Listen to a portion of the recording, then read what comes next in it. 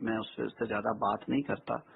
تو میں sir by summing up with respect I would state that right now, sir, in view of the analysis made by Mr. Justice Sardar Tariq Masood after listening to the honorable judges, I do support, sir, these nominations for the time being, sir.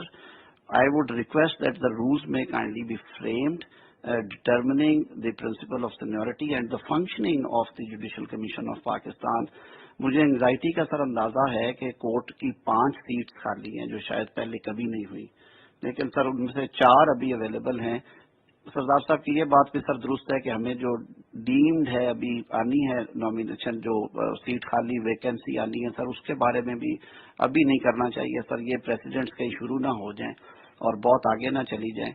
اور دوسرا سر اس میں یہ ہوتا ہے کہ کئی دفعہ جب ہم ایسے میں جب 5 یا 4 نامینیشنز ہیں تو یہی کہوں گا کہ سر 5 ہی ہو جانی ہے الٹیمیٹلی کرنی ہو تو سر اس میں ہمیں اور زیادہ احتیاط برتنی چاہیے، اور پھر جب اوور آل پول ہے سر اس کو بھی بڑا کریں.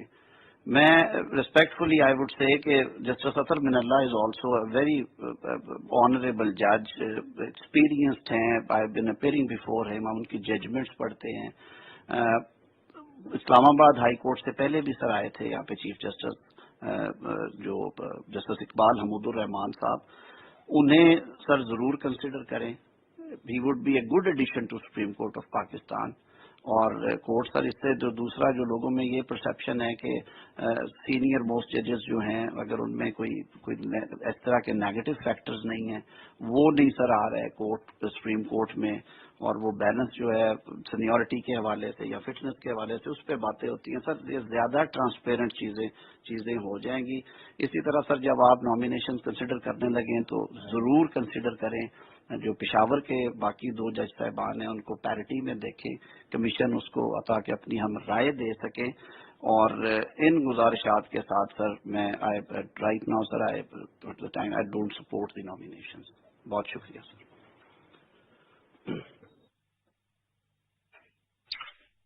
May I request the worthy Attorney General to kindly express his views?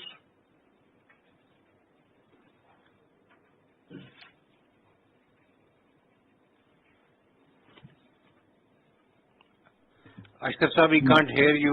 Unmute کر لیں سر، unmute کر لیجئے گا. You are mute پہ ہیں آپ.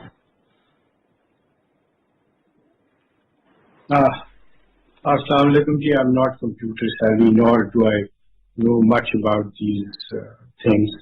Nevertheless, I'm here because I feel it's the national duty جو اس فورم کو دی گئی ہے. سجاد علی شاہ صاحب یہاں پہ پہلی دفعہ تشریف فرما ہے. ویلکم سا. اللہ تعالیٰ آپ کو سب کچھ صحت میں رکھے. آپ کے پیغامات مجھے ملتے رہے ہیں. آپ کا بہت مشکور ہوں کہ آپ میرے بارے میں میری صحت کے بارے میں تشویش کا اظہار کیا اور آپ کی دعائیں میں ساتھ ہیں. بہت شکریہ. جیسے میں نے پہلے عرض کیا، یہ ایک بہت ہی نیشنل امپورٹنس کی بات ہے اور اس کے اندر ایک بہت بھاری ذمہ داری ہے ہم سب کے اوپر. نامینیشن چاہے وہ ہائی کورٹ کے ججز کی ہو، چاہے وہ سپریم کورٹ کے ججز کی ہو، اس ملک کی آنے والی تاریخ کے اوپر بہت بڑا جو ہے وہ اثر رکھتی ہے. کیونکہ انٹرپریٹیشن آف دی لا اور کانسٹیٹیوشن جو ہے وہ ان کورٹ کا، خاص طور پہ ایپکس کورٹ کا ایک بہت بھاری کام ہے. میں نے بغور مجھے انفارچونیٹلی چونکہ ڈاکومنٹس میں دیکھ نہیں سکا اور مجھ تک لو ڈاؤن بھی نہیں پہنچ سکا، تو میں قاصر ہوں ان چیزوں کے اوپر کامنٹ کرنے پہ جو میں نے دیکھی نہیں. یہاں پہ بات ہوئی ٹرانسپیرنسی کی، اور ہمیشہ ہوتی ہے. میں ٹرانسپیرنسی تو بالکل دیٹ از گیون سر. میں اس سے زیادہ ایک چیز کے اوپر ایمفسائز کرنا چاہوں گا، وہ ہے انفارمڈ ڈیسیژن. اور انفارمڈ ڈیسیژن کے لیے ازحد ضروری ہے کہ ہمارے پاس تمام تر ڈیٹا ہو. اور جو ڈیٹا پرووائڈ کیا گیا، مجھے ایک خوشی بھی ہے اور میں کمپلیمنٹ کروں گا سردار صاحب کو کہ انہوں نے اتنی عرق ریزی کے ساتھ اس کے اوپر کام کیا.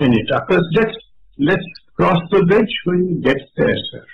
This is what my thought process is, sir.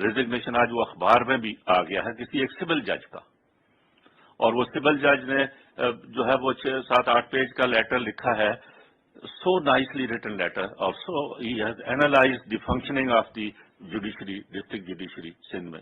تو اتنی ہمارے ہاں خرابیاں پیدا ہو چکی ہیں کہ ان کو سر آپ کو اور اس کمیشن کو غور کرنے کی ضرورت ہے.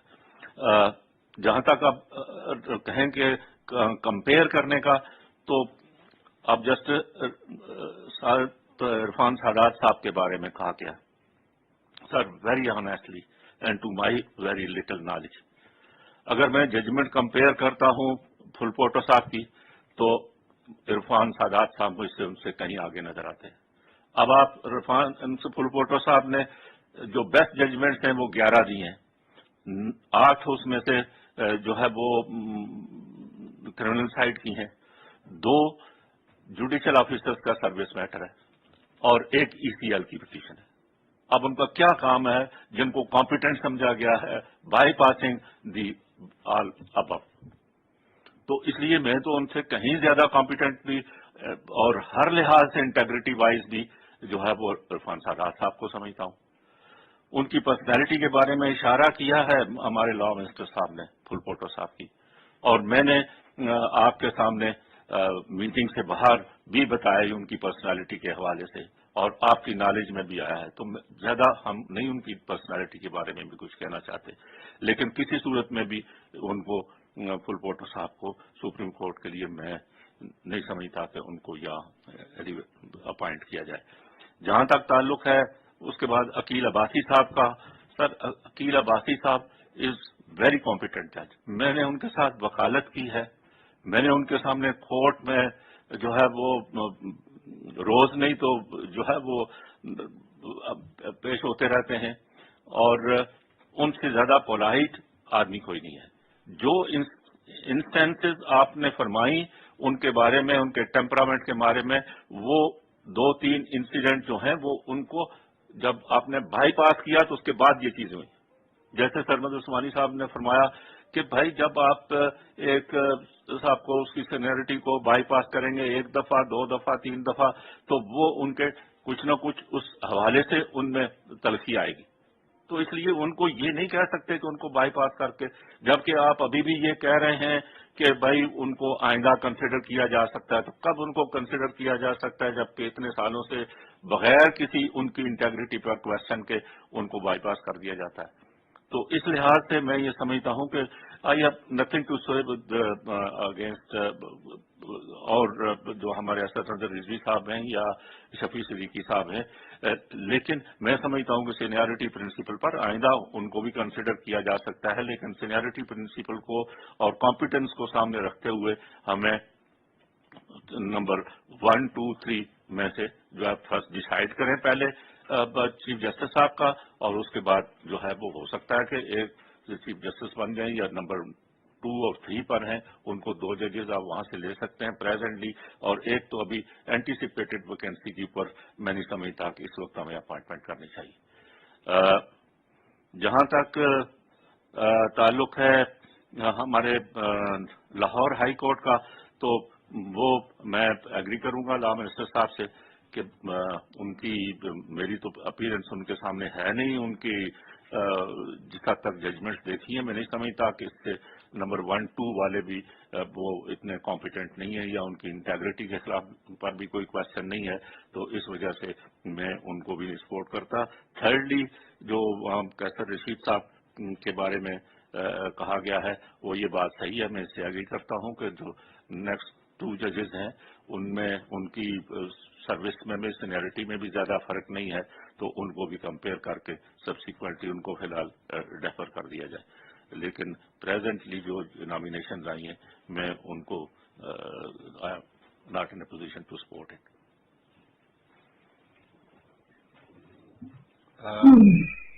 I think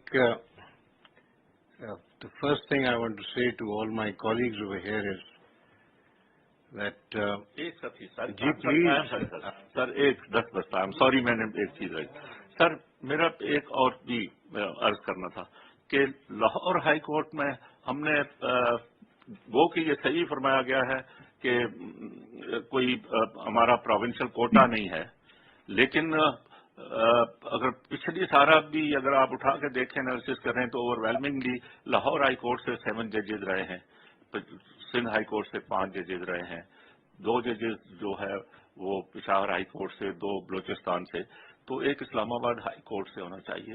میں سمجھتا ہوں کہ یہ فی الحال تو ہمیں پنجاب سے لینے کی بجائے آلریڈی 7 ججز لاہور ہائی کورٹ سے سپریم کورٹ میں ہیں، اور اگر یہ اپوائنٹمنٹ آپ اسلام آباد ہائی کورٹ سے کریں گے تو I request that.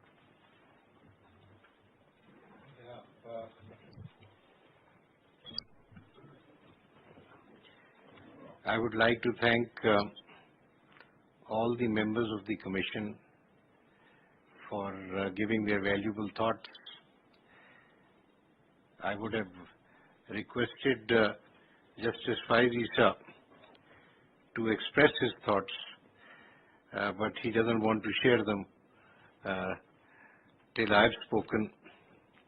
Out of courtesy, Justice Faiz Issa, I'll say something now. But if you have something that requires my input, I would then respond to that. First thing that I can gather from our discussion today is that mashallah, the learned 2 judges, Justice Tariq Masood Saab and Justice Sarmad Usmani Saab, are both of the view that Mr. Pulpoto writes average judgments. This view appears to be shared by Mr. Akhtar Hussain.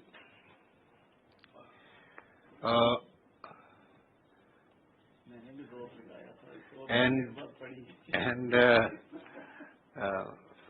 Mr. Tarar, Azam Nazeer Tarar also is of the same view. I respect that view. And so I think one thing we can decide is that we will not press his name.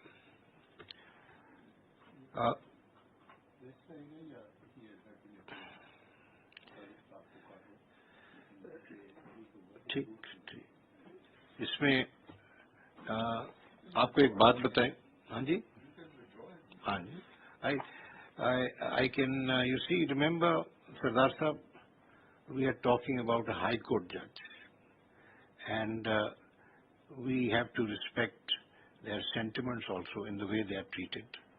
Just like Mr. Akhtar Hussain and Justice Sarmad Usmani Sahab have spoken about how the temperament of Justice Aqil Abbasi may have been affected by the events that have taken place in the recent past